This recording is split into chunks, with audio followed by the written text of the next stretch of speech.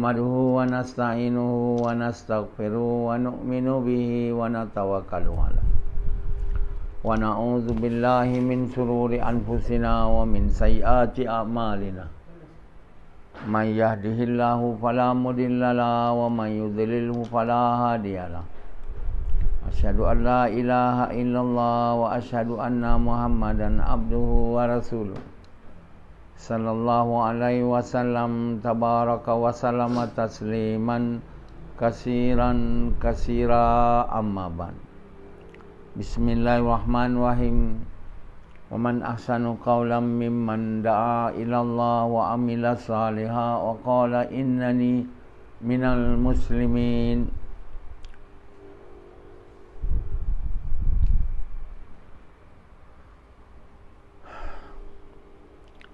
My dear brothers and respected elders and sisters, we are men. Either we are men or we are women, but our desires are almost the same. There are some differences in the intensity, frequency, and the amount of desire between men and women. You know,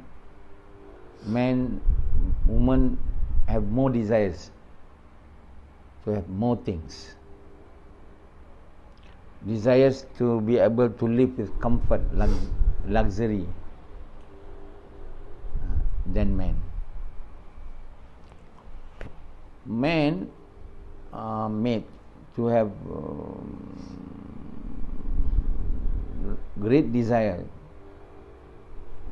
to have a woman, to have sex. Men have desires toward the material thing of this world, but of lesser degree as compared to women. So women do not want to marry with a man who have no wealth, who have no work, or not having any means of acquiring abundance of wealth, only meager wealth. So most women, become unsatisfied, dissatisfied when the husband or the man to whom she married is a poor man, or losing his job, or having problem with business. When she married him, he was a rich man. He has a stable income. But then after a while, he loses his job, or he was not so successful in his business. Then there will be problems in the relationship. Then the relationship will end up with divorce. So there are many divorces taking place in this world as a result of this.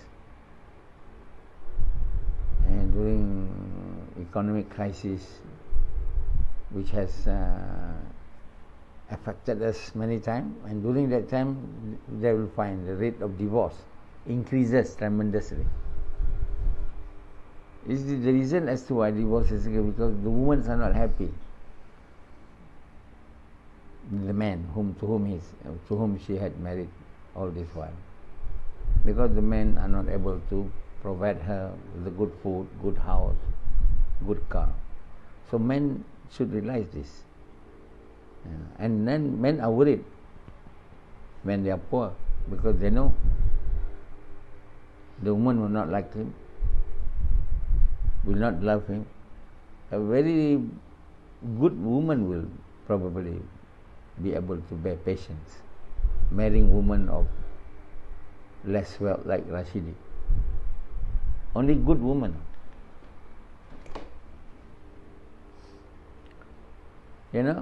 But almost all women are almost the same. Almost. They love marrying people with a lot of money. Unless she's forced to marry, like the wife of Sufyan. I don't think she loves Sufyan that much. But she's forced to marry a man not of her choice, but because she's already old. She's about 40 over, not married.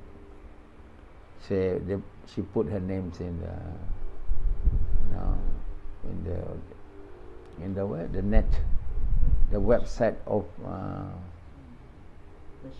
matchmaking, and Sufyan too. Sufyan, on the other hand, loved to marry a beautiful woman, so that she'll be allured to do more sex. But he is also forced to marry her, and both of them get married. Not that they are so happy, but situation has made them to marry to each other. The wife not beautiful, and Sufyan not having so much money, or no money at all. But both of them are getting married. Surely the marriage are not that happy. So this is all the problem in the whole world. One of the things that a person will come to a stage of his life or her life is to get married. So these are the drama going on in the whole world, which no man and woman can escape from, having to undergo this drama of love between man and woman. And all this going on to everyone in the whole world. Who doesn't go through these phases of marriage? Everyone does. Only few people who have become frustrated, not able to get married after trying many times. So they end up become what we call in Malay andatu, anak dara tua, or in English old woman, unmarried old woman. Is not a good status, and people fear, all the women, having the fear of becoming unmarried old woman or andartu. Because when they meet their friends, have you got married? No. And they ask another question, how many children? No. So these are the questions which are disturbing them. As a result, some choose not to go out and meet with friends. This question will come up. So my dear brothers, we must understand why people become irreligious. They are becoming irreligious. That means they are not willing to obey the orders of Allah, because they are not willing, because they are busy pursuing their desires. The woman looking for a rich and handsome man, probably, but that's not so important. Most important that man has wealth, stable job, or good business, which are designated by having house, cars. It's a sign and symbol of a rich person, isn't it? Having a house, a car, very good car. So in order to attract women, men will buy a very expensive car. Why men buy expensive car? Because they want to attract beautiful women.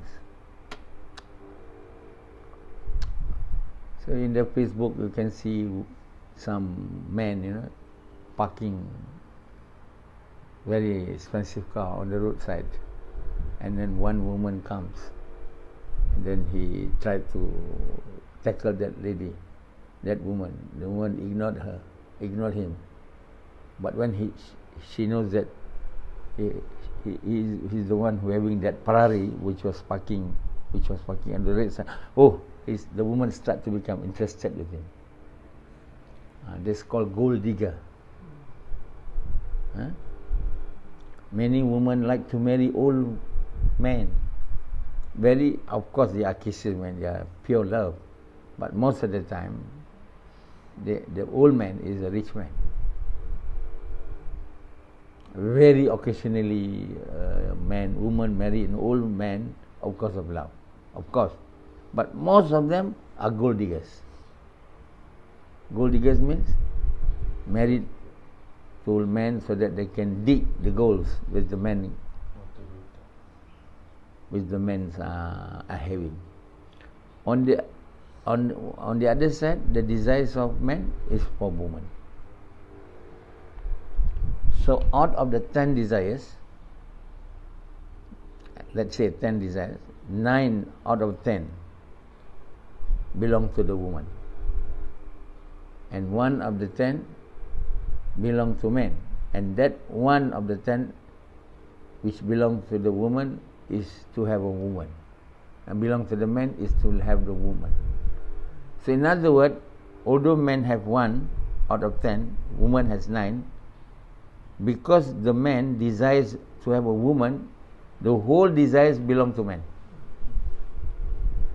So when they get married to a woman, they become the slave of the woman. What do you mean? To fulfill the 9 desires of the woman. And of course, the 9 desires of the woman are mainly material things. Woman doesn't desire men so much. Of course they do, but not that much as men desired woman. And that part of the woman which men love so much is the vagina of the woman and the shape. So the men focus on the shape of the woman, the face of the woman, what is this? The breast of the woman, what else? This one? The buttocks, and that means the shapes. So Rashidi was impressed with one lady once upon a time. Very good shape. Very good buttocks. It's helping me to get that words. Because there's a thing which he likes so much. But that woman finally doesn't marry him because he's a poor man. No money. One lady finally, he make dua to Allah. Finally Allah gave him one lady who is very good. Not worry so much. Even then, she also wanting. And Rashidi scolded her in front of my eyes for asking him to give her something. He's a very bad man, Rashidi.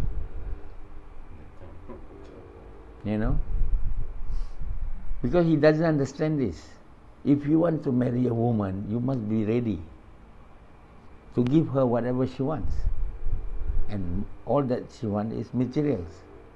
Then only she give her parts.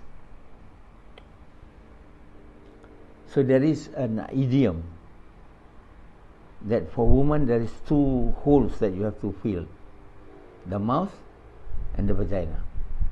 You are able to fill up these 2 holes, you'll be okay. Your marriage will be probably sailing smoothly. If you are not able to fill up these 2 holes, the mouth and the vagina, you probably your marriage will not last long, probably, unless both of you have very strong faith in towards Allah, who bear patience either in time of adversities, and who are grateful to Allah, thankful in times of of ease. Very few people. Most people are not having iman. So that's why there are many divorces taking place in this world, particularly in times of financial crisis. We will find many divorce cases. So these divorce cases has increases tremendously since we don't used to have so many divorces, because at that time women are not that free. Women don't have business, don't have job. They are mainly a housewife. So they listen to the men quite. They are more willing to listen. They have to listen, either willing or not, because they are not having any job, any work. But difference now, many women are career women. They have job, they got money. So if men are not doing anything correct towards them, they say goodbye. That's the reason why there are more divorces today than before. Not that people of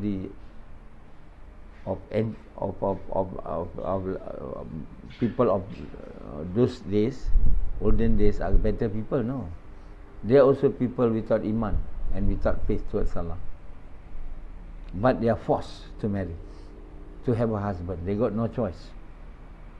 But now, women will just move away or leave the men who are not doing justices to her. So in the Quran, in the Surah Nisa, Allah subhanahu wa ta'ala elaborates at length on how to having a good marriage. And the basis of having good marriage is justice. Allah mentioned about the importance of doing justice to the wife. So because justice, will make the woman to be satisfied and happy to be with you. If you are injustice, the woman will not be able to stay with you longer. So what is justice means? You have to fulfill their rights. When you recite the Kalimah Nikah, you are reciting the Kalimah of promise. You have to fulfill their desires, to have a house, to have a car, good food, a clothes.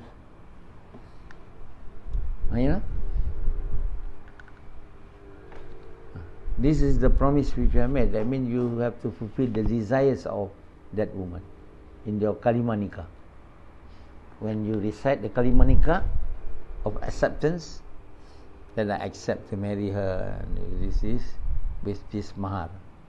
When you recite that, it is a Kalimah of obligation, a Kalimah of responsibility. To fulfill all her needs, one, you must have a house. At least if you don't, you must rent. But how long you are going to rent? Women are not willing to live a rented house ever until you die. You must have a house of your own. Then you must have some transport. Of course, the most important, foods. Shelter, food, transport, clothes. Isn't it? Then on return to that, she give you her body to be cuddled. The woman let you to put your penis into her vagina, and then allowing her to conceive your baby, then to deliver your baby, and you must take charge of the children that are born from her out of having sexual intercourse with her. You cannot run away. So all these obligations are to be fulfilled. Then only you are obedient to the orders of Allah. So some cases when the man is poor, wealth is in the hand of the woman having job.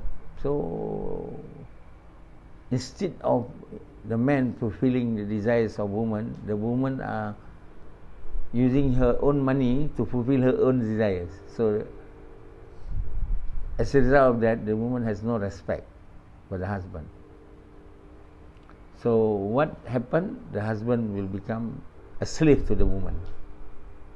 The woman said, I give my parts, my body, as well as you are using my money, I'm buying the house, I'm buying the car, the food, and you are just sitting down, fucking me. How can that happen? So in order to make the marriage to last, the man will choose to become the slave of the woman, and the woman become their god. They become their god. Means they obey whatever the woman say, because they know if they don't, they will have to leave the house, divorce. So they become the slave of the woman. The woman become their god beside Allah. So they associate Allah with his wife, with his children. This had happened without realizing they are doing some very great sins. That's why Allah make you. Allah give you the obligation to fulfill the requirements, the desire of the woman to the man, not to the woman. If you don't do that, you'll become the slave of the woman. The woman become your god. You are associating Allah with woman. She can stop you from, obeying any orders of Allah if she doesn't like it. So as a result, men, you don't go to the mosque, pray in the house. Then he prayed in the house. Don't go out in the path of Allah. Save money, make house, and then he doesn't go in the path of Allah.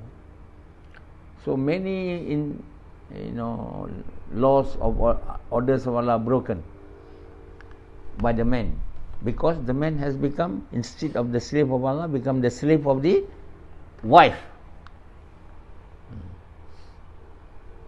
These are the reason as to why we don't marry unless we have the ability to marry and to do justice. If we have no ability to do justice, then don't marry. Why you marry?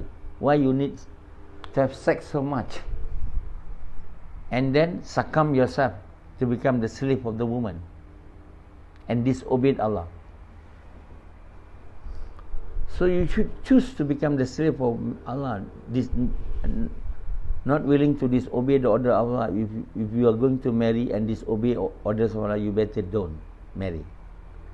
So marry is not obligatory. The order to marry is not obligatory to those, not even obligatory, it's a choice. Who says it's obligatory? Then if it is obligatory, we are not married, it becomes sin, It's not sinful not to get married. It is sinful if we get married and become injustices, commit injustices. So if you cannot do justice, don't marry. If you cannot, that's why the order of Allah is marry 1, 2, 3, 4. But if you fear not to be able to do justice, marry 1. So the most important thing in marriage is to do justice. Why?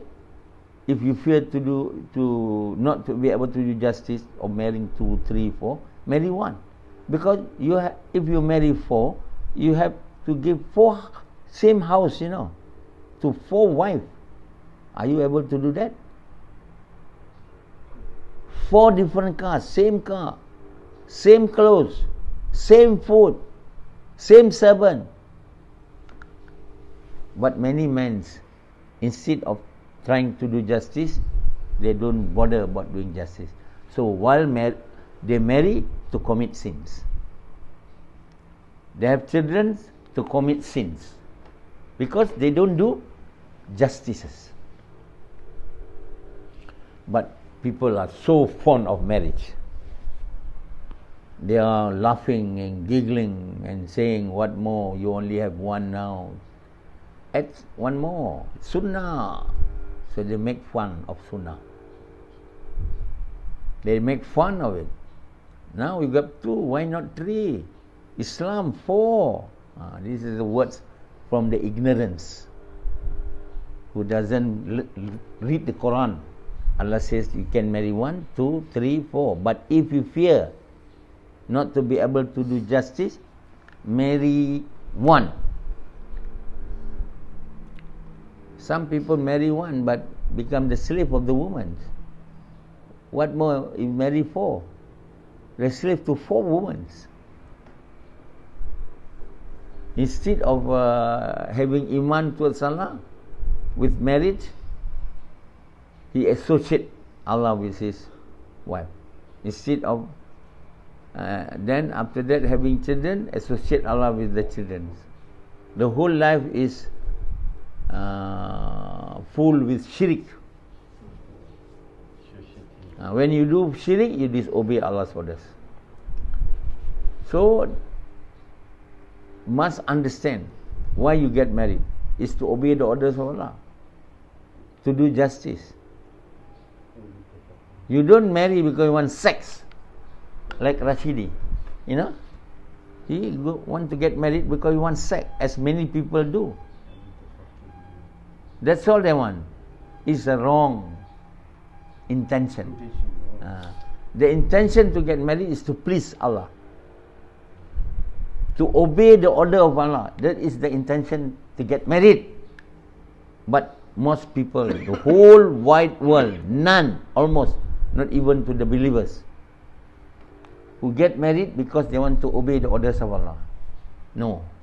They want married only because they want to have sex. Those non-Muslim, they say we don't need to have married to have sex. So that's why many people in the West are not marrying, because they can have sex without having to get married, isn't it? They go on fucking everyone like animals, one after the others. So why? And many celebrities, people with money like Ronaldo, having so many children from so many women, but he hasn't married, because once he have an affair with the woman, he got children, the children will be taken by him. Now I think finally get married to take care of all the children. This is what happened in the West. Almost they only want sex, because we like animals. So not enough with women, they will go with men, men with men, woman with woman. The whole society is corrupt. Then maybe some people get married to their dogs, their cows. What matters to them is sex, nothing else. So the reason as to why you get married, because we want to obey Allah. We have married, we have wife, we have children, so that we get more good deeds. Not to have wife, to have children, have evil deeds. This is not the reason as to why we get married and having children. We are marrying because it is the order of Allah and to please Him. Either you marry 1 or 2 or 3 or 4. If you cannot do that, marry only 1. Even then you may not be able to obey Allah's orders, to do justices.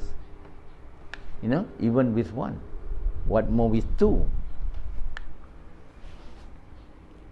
Until today, you know, you haven't been able to provide a house for the wife. Only living in the mother's house. What is this? Isn't it? Why should you get married in the first place? You are only accumulating sins, bad deeds. It will not be good for you in the hereafter. You'll be dragged to hellfire by your wife, your children, because of doing injustices to them.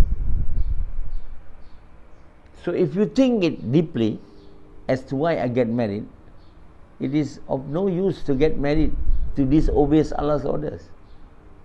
The reason as to why Allah has ordered us to get married, so that we'll obey Allah's orders. We are not associating our wife to Allah. We are not associating our children with Allah. We must do justices to them, and we must make ourselves and them to obey the orders of Allah. We cannot make them, invite them. You know? So the whole life is becoming a disaster that become a means of our suffering in the hereafter, as well as in this world. The basis of all this, because people don't have iman. The non-Muslim, non-believers in the West, they don't have iman. Fair enough, because they're not even reciting the great Kalimah, La ilaha illallah. What matters most, even the so-called Muslim who have recited the great Kalimah are not able to fulfill the justices which are demanded, you know, when they are getting married to each other, because they are not fulfilling the promise which they have made to Allah. When we marry a woman, we are making a promise towards that woman. So we have to fulfill the obligation, the responsibility associated with the marrying of that woman. Similarly, we have another promise, a very great promise, which those who have recited it also are unable to fulfill it, which is the Kalimah La ilaha illallah Muhammad Sallallahu. I bear witness there is no God except Allah, and Muhammad is the messenger of Allah. This is the word, is also the Kalimah of promise. It's the words of promise. With this Kalimah, I bear witness there is no God except Allah, Muhammad is the Prophet of Allah. There is a responsibility which neither the Kalimah Nikah, they understand is a Kalimah of obligation and responsibility, nor the Kalimah of La ilaha illallah to be a Kalimah of responsibility. So they neither do responsibility to the wife nor to Allah. So they become like animals. Become like animals. Much more important is to fulfill the promise which we have made to Allah. That is far obligatory. Everyone in the whole world must make promise to Allah, because Allah has created them, made them from a cloth. So they must recite this, obligatory, everyone. So the greatest sin committed by mankind is to be not willing to recite the Kalimah. There is no God except Allah, and Muhammad is the messenger of Allah. So once you recite this Kalimah, then you have to fulfill the obligation associated with reciting this Kalimah. What is the obligation? To fulfill the desires of Allah, as you do to the Kalimah Nikah, is to fulfill the desires of the woman to whom you are marrying. Now you are the servant of Allah, you must recite this Kalimah. It's obligatory. Those who have not committed this, who have not recited this Kalimah, must be invited to fulfill this obligation, this promise. So the so-called Muslim, those who have recited the Kalimah, must fulfill the promise which they have they have made to Allah. The promise to fulfill the desire of Allah. And what is the desire of Allah? Is not to have house, not to have car, not to have foods, not to have anything of this material thing. But the desire of Allah is for the whole entire mankind to worship Allah, to believe in Allah and to obey Allah. And for that, the work which is associated with the reciting of the Kalimah La ilaha illallah is the work of inviting the entire mankind to Allah.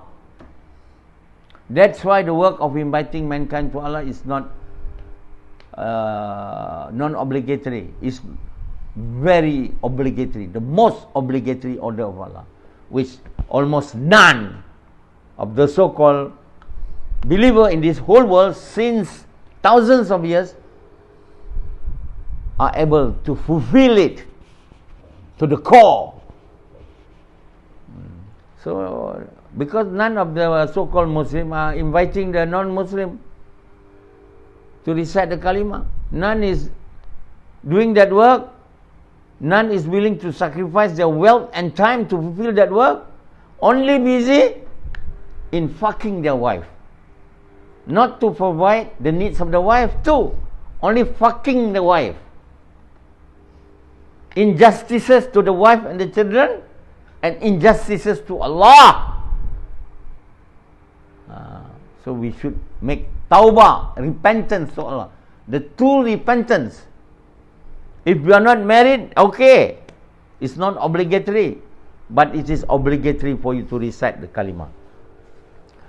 And obligatory after reciting the kalimah to fulfill the desire of Allah, to do the work of inviting people to Allah. Only upon fulfilling the desire of Allah, fulfilling the right of reciting the kalimah, only then Allah will be pleased and happy with you. Only then Allah will make the great kalimah to enter into your heart. Only then you will be able to obey Allah the way Allah pleased, with the intention to please Allah. Only then you will become successful in this world and the hereafter. Similarly, if you are not fulfilling the promise you have made with the woman to whom you have married, similarly you will not have success, happiness in your marriage, in your family life, and definitely you will not become a happy and a successful person if you do not recite the great kalimah and you do not fulfill the obligation which are associated with recitation of the great kalimah. These are not known prior to this. Prior to I'm saying this to the entire world, there's none among the scholars of Islam who have mentioned that there is an obligation associated with the reciting of the kalimah. They were saying simply, it is sufficient to recite only. That's it. Once you recite the kalimah, you become a believer. You don't become a believer. You'll become useless person. People who don't obey Allah. And if ever you obey Allah, only obey because you want to earn these material things from this. You want to show to people, and you'll be thrown into the hellfire. As well as in this world you will not have life of peace and tranquility. Because you only recite the kalimah, you did not fulfill the right of reciting the kalimah. To fulfill the right of reciting the kalimah, you must fulfill the desire of Allah. And the desire of Allah is for the entire mankind to believe in Him and to obey Him. To do that, after reciting the kalimah, you must engage yourself. And you must sacrifice your wealth and time in doing the work of inviting the entire mankind in the entire world to recite the kalimah. After reciting the kalimah, to invite them to do the work of inviting people to Allah. If you don't do this, either you recite the kalimah or you don't recite the kalimah, both of you will go into the hellfire in the hereafter, and in this world will never be given a life of peace and happiness and tranquility. Okay.